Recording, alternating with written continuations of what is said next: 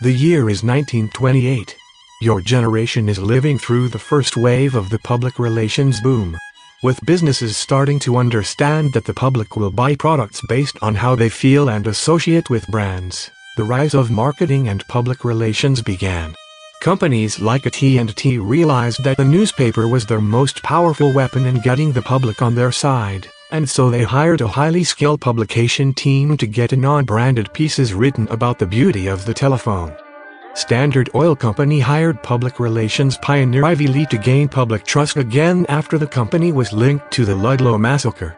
Ivy Lee published pieces in the newspaper, pamphlets, and brochures to distribute across all of America. Later it was found out that those pieces were littered with false information to protect the view of the company.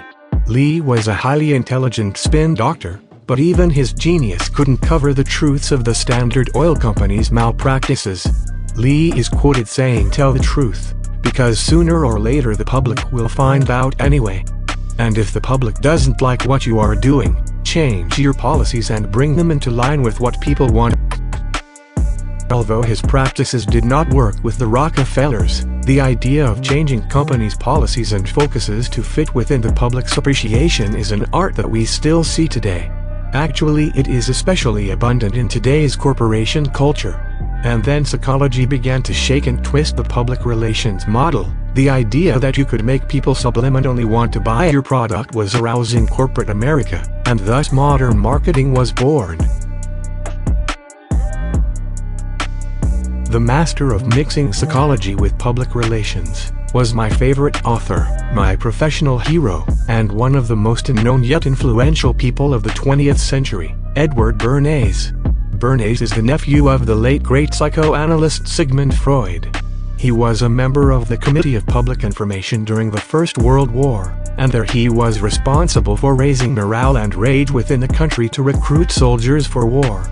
Bernays understood the need for public relations in government and in corporations. He believed that the public, which is everyone, could not make rational decisions on their own, and thus needed to be told how to think and how to consume. Bernays is quoted saying, "Modern business must have its finger continuously on the public pulse.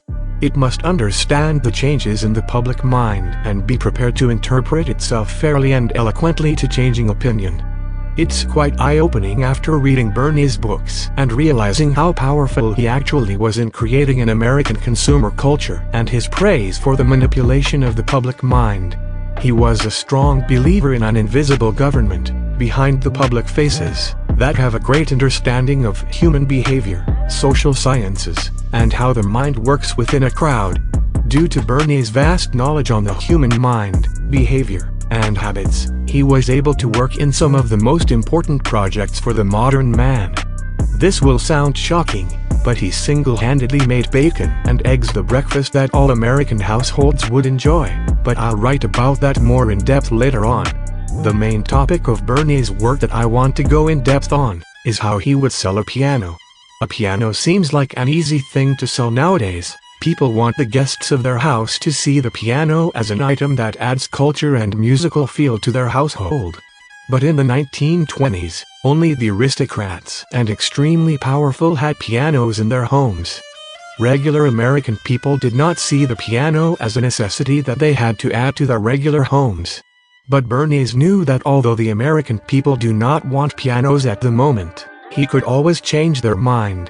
If you are taking marketing in school, you learn the basics, you learn what marketing is and the fundamentals, and that's great if the schools want to pump out less intelligent mid-level marketers. But if you really want to actually learn the whys and hows of marketing, you do your own research and you study the history of marketing and what changed in the American mind that shifted it to a consumer nation and how you can capitalize off that shifted mindset. In short, the reason was Edward Bernays. I'm going to give you an example of the best sales lesson I have ever read, heard, or studied. How would Edward Bernays sell a piano? Well, he outlined it very well in his book Propaganda. Keep in mind that this was written in 1929. Bernays stated that an old advertiser would try and persuade a buyer immediately at first contact. They would preach to the buyer, "Buy this piano now. Ours is the best and is only whatever price. Buy now." By using reiteration and emphasizing the values of the piano to the buyer, they are trying to break down sales resistance. And there would be resistance starting off strong like that because the client knows how cheap it is. They are just unsure on if they want the piano or not. A new advertiser, someone who understands the use of propaganda and how the brain works, would eliminate sales resistance before even coming in contact with the customer. They would work around sales resistance by attacking the customer from other angles that makes the sale look coincidental. A good advertiser controls people's emotions with product placement and can boost sales of a product through the emotional manipulation of customers. An example of one of these great sales tactics would be to create a culture around the product. So in order to sell the piano, you sponsor an event at a museum, decoration store, boutique, etc., and you show how extravagant a piano in the household looks. You hire interior decorators to design multiple rooms that could have pianos in them, and you get people with care influence to come and promote the idea of having a music room in the household. Playing on the public's emotion is tricky to figure out, but is the most effective sales technique when perfected. When you make having a music room in the household an essential for Americans, they will buy to keep up with the status quo. If you have people with influence, people that the public look up to, pushing the fact that they have a music room in the house and so should you, then the public will buy in. And now that you have the public excited and turned on to the idea of having a music room, they will need something to garnish it.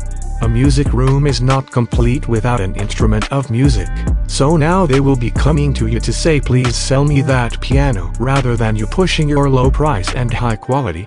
Creating a culture around a product makes people want the product, and it works very effectively.